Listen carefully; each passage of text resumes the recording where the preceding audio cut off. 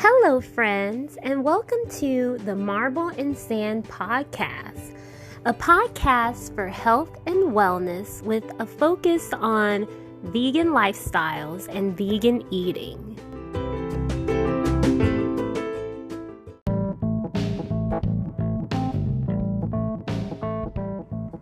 Welcome to episode 7 of the Marble and Sand podcast.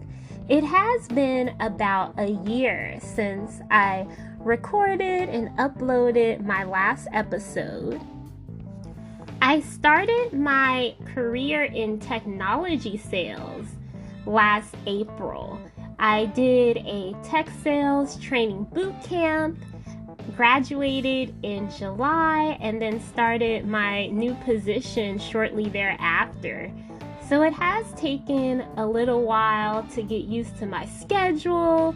Sometimes on the weekends, I do just want to relax and unwind, or also maybe work events, because my background before getting into technology sales was event marketing and brand marketing. So I really love being out there and engaging with consumers.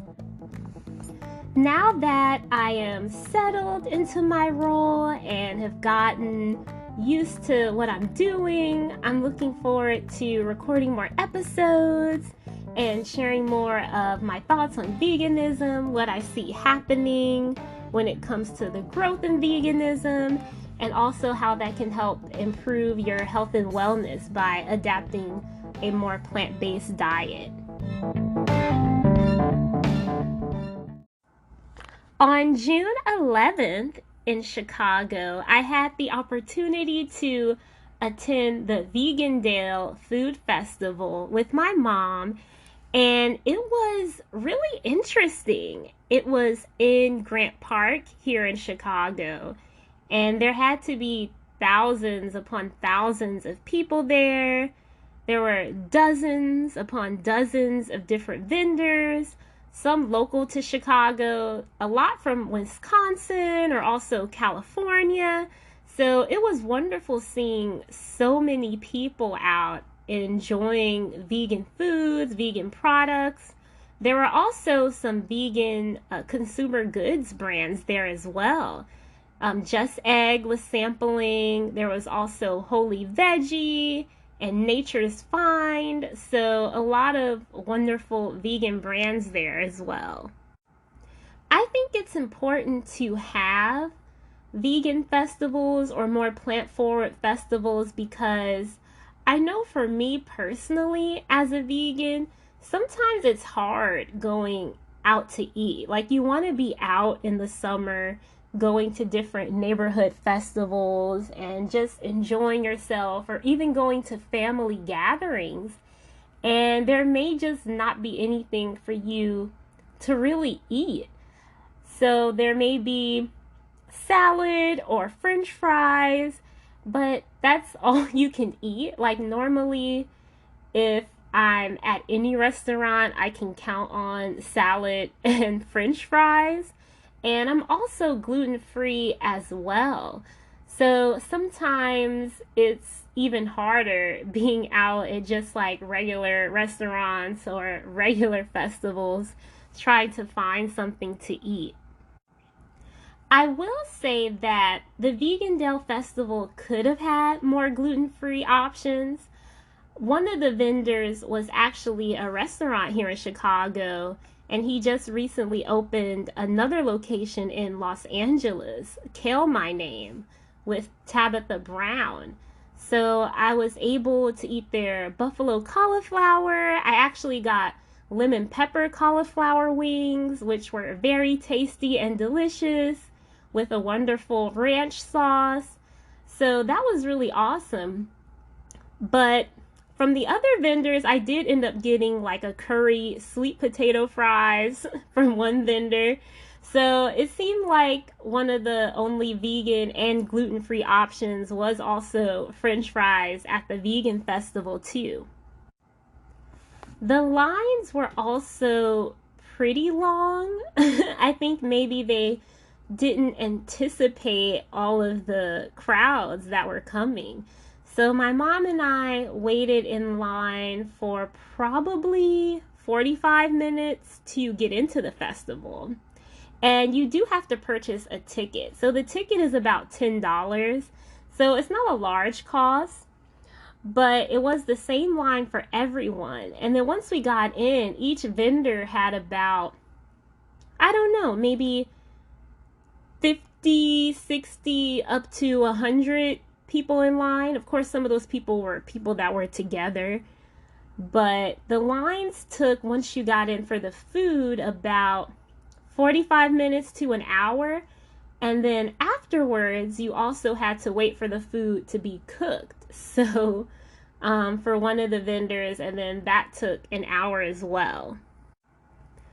I think it would be great if maybe for the next Vegandales coming up, they could just have bite-size, kind of snack-size food. So the food that you get is a full-size meal, which is great.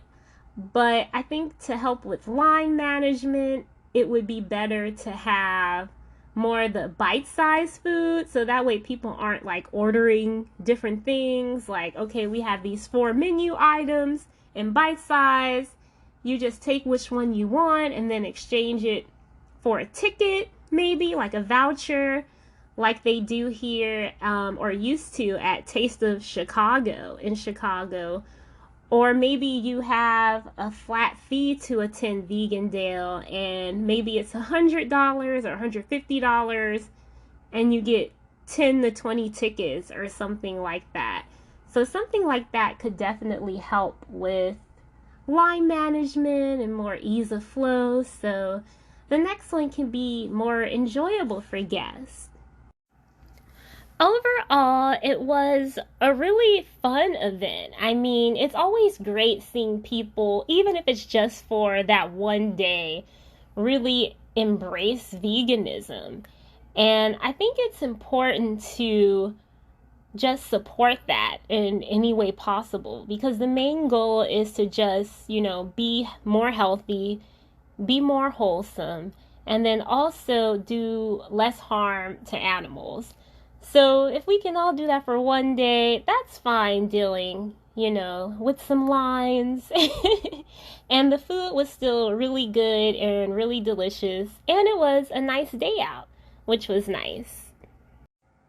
So now to segue maybe a little bit, I'd love to share how I've been this past year with embracing veganism and kind of my journey. I started March 2020, so now it's been a little over 2 years being vegan and then also gluten-free. And I have to say, as far as my weight management and also from a more holistic approach, it has been difficult at times. One of my favorite sources of protein are actually the Just eggs, especially the Just folded ones that you can put in the freezer. I really enjoy heating those up in the microwave and getting a quick dose of protein. They're filling, which is really nice. I know that this past year it's been a bit difficult managing my weight because I do work remotely. So I am mostly at home. Sometimes I go to Starbucks, and I do have to sit most of the day. So I have been doing a lot of low impact workouts. I really like the walking workouts by Grow with Joe on YouTube. She has a fabulous personality. She is highly energetic, and she has wonderful music with her workouts too. And it's doing a lot of low impact kind of marches, standing abs, some arm work, low impact jumping jacks. And I really like doing those maybe after I'm done working. Like I'll probably do one after recording this, because it's just like a fun way to get in your steps. Because if you do 2 hours of it, or even just 90 minutes, you should be able to get your 10,000 steps, which is really great. The problem is just after working, being motivated to get those steps in and just continue with the exercise. Another aspect of where I'm kind of falling out of step would probably be cooking. So I do eat a lot of prepackaged meals. I have been ordering meals from Daily Harvest and also Splendid Spoon. So those are really healthy and those are great. And if I want veggies, want something more wholesome and balanced, I can eat that. Both of them are vegan and gluten free, which is great. But in between those order shipments, sometimes it's hard to, get my vegetables. And I don't really feel like cooking because I work generally like 10 a.m. to 7 p.m. And then I may do the workout video and then it's 9 p.m. So it's like, okay, I don't really want to cook at 9 p.m. I know a lot of people do a lot of meal prep, but I feel like I have different cravings throughout the week. So my only thing about meal prep is if I prepare like a week's worth of the same thing, like make a vegan chili or vegan stew and put it in a big vat, I'll only want it for 2 or 3 days and then I'm not gonna want it anymore. So, and then that will be a waste of food. So I have been getting vegan gluten-free pizzas from Blaze Pizza and Mod Pizza, which isn't necessarily unhealthy, but does have the fat from the vegan cheese and then the starches from the crust. So it would be better to, eat more wholesome food, more vegetables, obviously, more whole proteins like peas, beans, and lentils. It's just taking the time to cook those things. My mom and I also attended a vegan market here in the suburbs of Chicago as well. And it was, of course, a much smaller scale compared to Vegandale. They had some thrift stores there as well where you can get some gently used, upcycled clothes. And I think that's really important too, to have sustainable clothing, because I believe a lot of animals are harmed sometimes when it comes to certain clothing production practices. I, of course, have to do more research on that. But I think since I'm mostly vegan for my health, then the environment, then the animals, in that order, I definitely think that the sustainability factor is important when it comes to what you're buying, as far as clothes and accessories. So it was great seeing those vendors there. And also this past year, I've gotten really focused on using more clean beauty and especially clean body care. So I mentioned before in a previous episode about using more clean beauty products for my face. But I hadn't really switched for lotions and body oils and deodorant. So now I'm really using a lot of aluminum-free deodorant. So I love native deodorant. And for body oils, I've been using this algae oil by Osea, which it is really pricey, but a little does go a long way. And then I've been trying to incorporate more algae products in general. I think being vegan, you aren't really getting enough omega fats at times. So for the past couple months, I've been taking an omega-3 algae oil supplement because fish get their omega-3s from eating algae. So that's why the fish have omega-3s. So it's nice to just be able to eat the omega-3 straight from the fish. And like I mentioned in my previous episode, all the horrors of the fish industry, I think it's definitely better to consume algae oil supplements to get your omega-3s.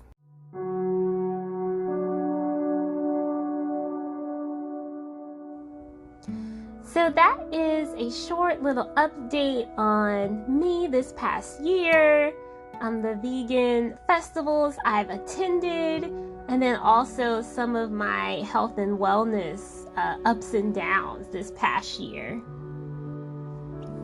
I think I'm going to end the episode here, and I'm looking to maybe do this more often, just sharing more of my health and wellness journey, also different trends I see in veganism. So definitely look out for the next episode soon.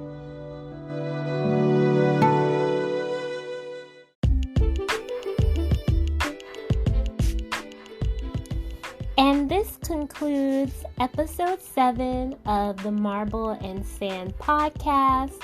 As always, I wish you well on your health and wellness journey.